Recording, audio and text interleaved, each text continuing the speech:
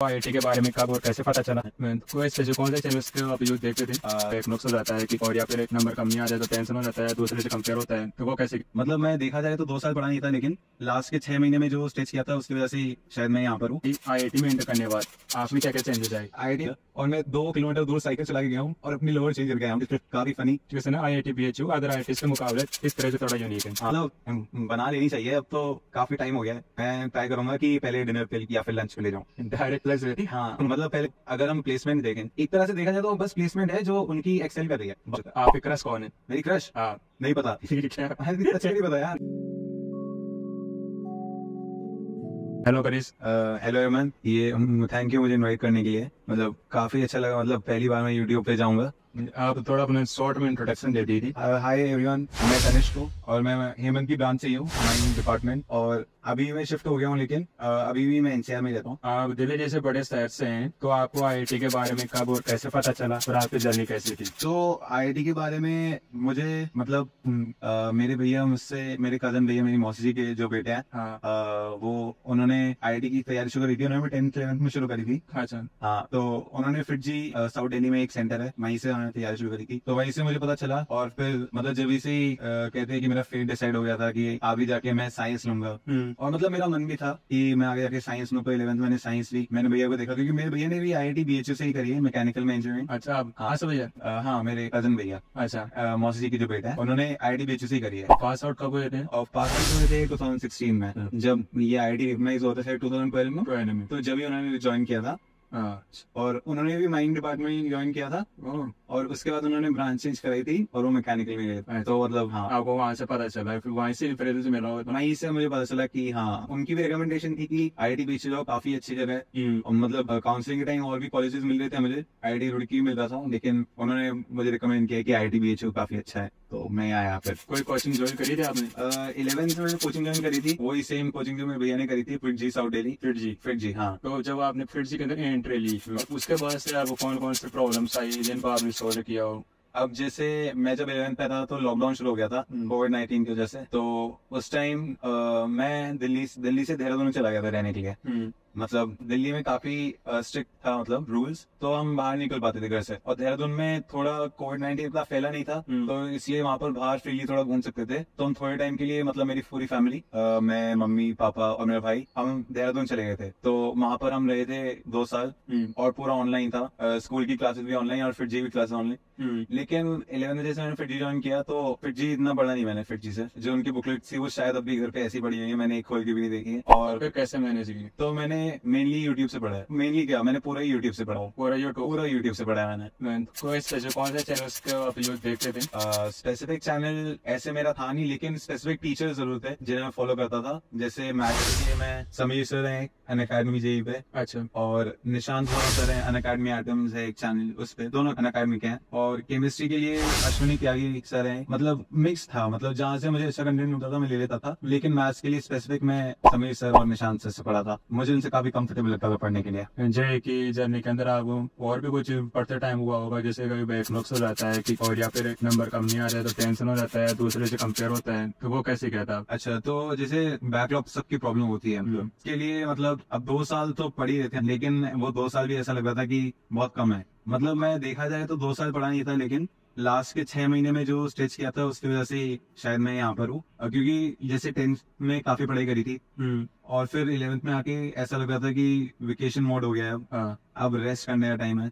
और लॉकडाउन वैसे हो गया था तो कोई भी डिसिप्लिन नहीं थी लाइफ में। नहीं, सही बात, डिसिप्लिन नहीं थी, तो उसकी वजह से, लॉकडाउन की वजह से एक फैक्टर हो सकता है कि और पढ़ाई कर सकता था मैं। लेकिन अगर लॉकडाउन नहीं होता तो, क्योंकि और डिसिप्लिन होता लाइफ में, और मैं क्या पता 11th से पढ़ना शुरू करता और करे। नेक्स्ट क्वेश्चन ये आपके लिए है कि आईआईटी में एंटर करने के बाद आप में क्या क्या चेंजेस आए? आईआईटी में बनने के बाद मतलब एक तो रिलेटिव से काफी रिस्पेक्ट मिलती है, लेकिन पहले मिलती थी, अब और ज्यादा मिलती है। ऑफ कोर्स मतलब पेरेंट्स को भी काफी प्राउड फील होता है कि उनका बेटा आईआईटी बन गया है। पापा से ही प्रॉमिस किया था, मम्मी से ही प्रॉमिस किया था, मतलब सबसे ही प्रॉमिस किया था, दादा दादी और मौसी जी मेरी हैं, उनसे भी प्रॉमिस किया था। तो चेंजेस वही रिस्पेक्ट। और इन लाइफ तो अभी कुछ खास मेरा चेंज हुआ नहीं है, क्योंकि अभी फर्स्ट ईयर कैसे चला गया पता ही नहीं चला। 2 सेमेस्टर खत्म हो गए। 2 सेमेस्टर खत्म हो गए, मतलब जनरली वो अपने लेट स्टार्ट हुआ था और शॉर्ट सेम भी हुआ था। तो कम महीनों में एक साल निकल गया, टेक्निकली एक साल नहीं निकला, लेकिन ऑन पेपर एक साल निकल गया, पता भी नहीं चला। लाइफ स्टाइल में थोड़ा चेंज आया होगा भाई। हाँ, बातचीत करने का नजरिया, माइंड सेट में, क्योंकि IIT के एक माहौल अलग है। हाँ वो तो है, मतलब लोगों को कैसे प्रेजेंट करना है अपने आप को, और सोसाइटी में, मतलब जैसे 11th-12th में घर पे थे तो तुम्हें पता नहीं था, इतना इंटरेक्शन नहीं था बाहर के वर्ल्ड के साथ, लेकिन अब यहाँ पर पूरे इंडिया से लोग आ रखे हैं तो तुम्हें पता चलता है कि कितना डाइवर्स है, मतलब, और तुम्हें हर एक सेटिंग में कैसे उठना बैठना चाहिए, मतलब उसी हिसाब से फिर तुम ड्रेस करते हो अपने आप को, उसी तरह से ग्रूम करते हो अपने आप को। तो वो काफी चीजें आई मेरी लाइफ स्टाइल में कि कैसे मैं अपने आप को ड्रेस करता हूँ, क्योंकि अगर मैं जैसे मतलब आजकल भी क्लासेस में शॉर्ट्स में चले जाता हूँ, बट जैसे टाइम पास हो रहा है तो मैं जीन्स पहनना शुरू कर दिया है। ऐसे जब आप शॉर्ट्स वाली क्लास में एंट्री करते हैं, कि फ्रॉक पे ऐसा होता है कि उसको सही नहीं लगता है, आपको बाहर कर देते हो,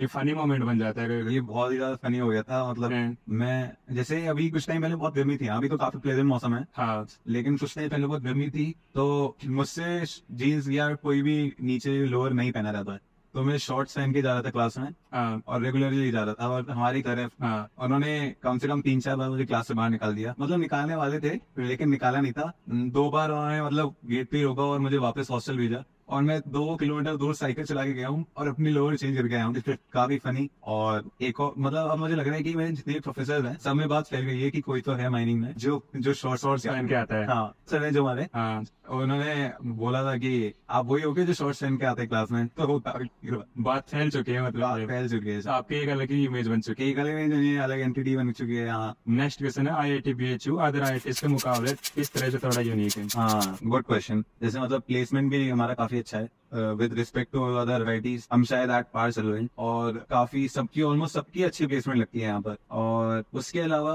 एक तो हमारा कैंपस भी काफी सुंदर है, मतलब जिस हॉस्टल में अभी हम रह रहे हैं सेकंड ईयर में, ये बहुत ही अच्छा है, मतलब जैसे प्राइवेट कॉलेजेस के हॉस्टल्स देखे हैं मैंने, मतलब होटल टाइप ऑफ कुछ। हाँ बहुत ही अच्छा है, मतलब हमारे रूम के अंदर वो भी है कार्ड ऐसे इंसर्ट करने का, जिससे उससे इलेक्ट्रिसिटी पूरे रूम में सप्लाई होती है, तो मतलब काफी अच्छा अरेंजमेंट है। मतलब नए हॉस्टल सब बनते जा रहे हैं, नए हॉस्टल्स बन रहे हैं, अभी एक और बन रहा है यहाँ पर DG2 के साइड में, मोरबी 2 हॉस्टल, 2 मंदिर है बल्कि हमारे यहाँ, एक विश्वनाथ टेम्पल VD जो है, और इसकी फेमस कोल्ड कॉफी, और एक और एग्रीकल्चर लैंड है जो यहाँ पर ADV ग्राउंड के पास, उसके पास भी एक छोटा मंदिर है, वो भी काफी सुंदर मंदिर है वो, मतलब वहाँ पर अगर दिन में जाओ तो काफी अच्छी शांति मिलती है वहाँ पर। मतलब कैंपस में ग्रीनरी तो ग्रीनरी कोई कमी कोई कमी नहीं है, मतलब हॉस्टल में क्लास के लिए निकलते हैं तो बिल्कुल शेड में जाते हैं, समझ सकते हो कि कितनी ग्रीनरी हो गया यहाँ पर, बहुत ज्यादा ग्रीनरी है। सर एक ये कि अदर IITs से थोड़ा अलग है, सिर्फ कि ये ओपन कैंपस है। ओपन कैंपस, हाँ उसकी भी अलग ब्यूटी है कि वो एक ओपन कैंपस है। रात के टाइम मतलब बाकी IITs में ऐसा लगता होगा कि सब हॉस्टल में चले गए, कर्फ्यू हो गया, सब हो गया, लेकिन यहाँ पर रात में भी निकलते हैं तो ऐसा लगता है कि इतना सब लाइवली है, मतलब बाहर की पब्लिक से भी काफी इंटरेक्शन होता है। जैसे हमारे हॉस्टल के पास हैदराबाद गेट है, तो वहाँ पर जाते रहते हैं, बनारस के लोकल से बात होती है, उनके शॉपकीपर से बात होती है, तो काफी अच्छा इंटरेक्शन होता है उनके साथ भी, और ऐसा ही लगता है कि हम अलग से कहीं रह रहे हैं कॉलेज में, ऐसा लगता है कि अपनी शहर में रह रहे हैं और अपने लोगों से बात कर रहे हैं, क्योंकि ओपन कैंपस है और इंटरेक्शन ज्यादा बढ़ता है फिर। अच्छा, तो आपसे थोड़ा फन टाइप क्वेश्चन है, पर्सनल क्वेश्चन है, यदि आप आंसर नहीं भी देना चाहे तो कोई दिक्कत नहीं। आपको ऐसा लगता है आपको अपने लिए गर्लफ्रेंड बनानी चाहिए IIT में? हाँ मतलब बना लेनी चाहिए, अब तो काफी टाइम हो गया है, मतलब मैंने स्कूल में नहीं सोचा था कभी गर्लफ्रेंड बनाने के लिए, और ना ही फर्स्ट ईयर में सोचा था, लेकिन अब जैसे जैसे मैं सेकंड ईयर में आ रहा हूँ तो I think it's time to make a girlfriend. किस तरह से अप्रोच करेंगे आप मैं कैसे अप्रोच करूंगा, मैं शायद शुरुआत कैसे करेंगे आप बनाने के लिए? मैं ट्राई करूंगा कि पहले डिनर पे या फिर लंच पे ले जाऊं, डायरेक्ट लंच पे? हाँ मतलब पहले थोड़ी हेलो हाय, और मतलब जैसे मैं काफी क्लब्स का पार्ट हूँ। अच्छा। हाँ ऐसे यहाँ पर सोशल सर्विस काउंसिल है, एक उसका पार्ट हूँ, एक एमियन क्लब है, मॉडल नेशंस क्लब है, उसका पार्ट हूँ, तो उसमें भी काफी गर्ल्स हैं, तो उनसे काफी इंटरेक्शन होता है और काफी बातें होती है गर्ल्स से, तो उनमें से ही कोई अगर I think if she is the perfect fit for me, मैं उनसे काफी इंटरेक्शन करूंगा, मतलब बातें करूंगा, और फिर किसी दिन when it's the right time मैं उनसे पूछूंगा कि अगर लंच के लिए चलना है तो, और या फिर डिनर के लिए। सो या आपको कोई प्लस-1 से कोई इरादा नहीं है? मैं माइनिंग ब्रांच के किसी +1 को नहीं जानता, किसी भी, मतलब हाँ एक भैया है अभिरुद्ध भैया, उनके जानता हूँ, लेकिन ज्यादा को नहीं जानता मैं। या अदर ब्रांच के +1? अदर ब्रांचेस के +1 जानता हूँ क्योंकि क्लब्स में है वो, तो काफी +1s को जानता हूँ, माइनिंग के हैं, मैकेनिकल के हैं, और मैं बास्केटबॉल भी खेलता हूँ, इंडिया IIT बास्केटबॉल टीम में हूँ।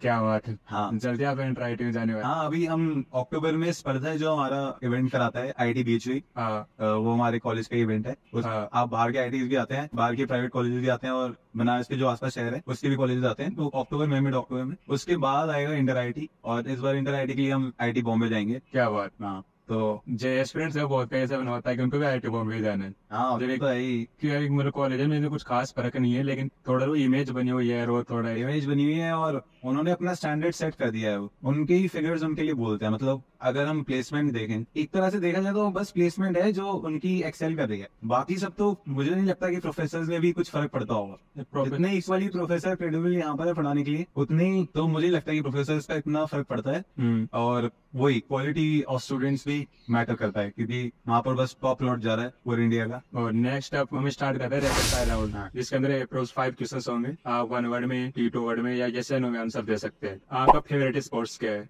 मेरा फेवरेट स्पोर्ट बास्केटबॉल है। जैसे अभी मैं इंटर IIT टीम में हूँ, तो फेवरेट टीम बास्केटबॉल। और जैसे मतलब बचपन से ही मैंने, मम्मी पापा ने काफी आदत डलवाई खेलने की, और क्लास 6 से ही मैं स्पोर्ट्स कॉम्प्लेक्स आदत खेलने के लिए। तो ऑलमोस्ट हर एक sport, tennis, basketball, swimming, table tennis, squash, मतलब हर चीज ट्राई की है मैंने। मतलब काफी, मतलब खेलने के लिए खेल लेता हूँ, लेकिन मेन मेरा बास्केटबॉल। दिल्ली की सबसे फेमस घूमने लायक जगह? दिल्ली की CP सीपी कनॉट प्लेस। और मालूम में कभी खाते दिल्ली की सबसे फेमस चीज क्या है खाने में? छोले भटूरे काफी अच्छे हैं दिल्ली के। दिल्ली के छोले कुलचे काफी अच्छे हैं, और छोले पराठे मिलते हैं दिल्ली में, जो लंच में बहुत चलता है। मतलब पूरे दिल्ली में ये आपको हर कोने में मिल जाएंगे, साइकिल पे कोई भी बनाता हो तुम्हें दिख जाएगा। और अगला क्वेश्चन है, आप सबसे पहले कौन सी कंट्री घूमना चाहेंगे?